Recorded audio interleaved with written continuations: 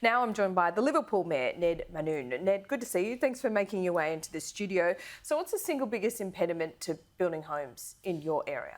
Everything is becoming more costly. You've got all these different ideas that are being drawn up in bureaucracies to try to lead to more affordable housing. But what it's actually doing, it's slugging the mums and dads, the young kids who are trying to get on the property ladder with more and more costs and more taxes, and it's becoming more unaffordable. So how do you get around that then?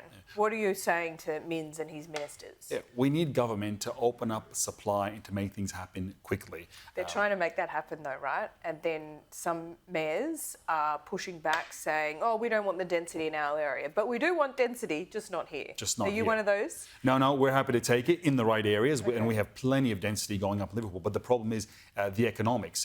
Do we want our Australian kids living in a unit building, and is that the solution? The great Australian dream of living on a quarter-acre block is now a fantasy. But we have plenty of land. It's not a small country. But the way that they're doing things, and the way that whether it's Sydney Water doing their rollout or Transport for New South Wales restricting development, those government agencies are restricting housing supply. But Ned, this is exactly what the problem is. You're saying, yes, we want more homes. We want young Australians to have the dream of a quarter-acre block. You're saying it can't happen in Liverpool. It's got to be elsewhere. Oh, no, we welcome it. We're happy to. We have plenty of land. How many quarter-acre blocks could you build in? We have thousands. We have a whole area, Rossmore, that's right next to the new airport that the government doesn't want to touch. They want to keep it open for whatever odd reason that it is. What, is it to do with flight path issues? No, it's future reserve. So there's a whole bunch of land that's around Sydney that the government says, oh, look, if you're on the wrong side of the border, you won't get any housing development in it. Austral at the moment, we're building over 30,000 houses as we speak. So we're doing our fair share, but we've got to go out there and build these proper communities and not tax these young kids and put more costs on them to build their own house. Okay, so what is the solution here? You've met with Chris Minns after he became Premier. I understand that you're meeting with ministers perhaps next week. They're keen to get these homes built.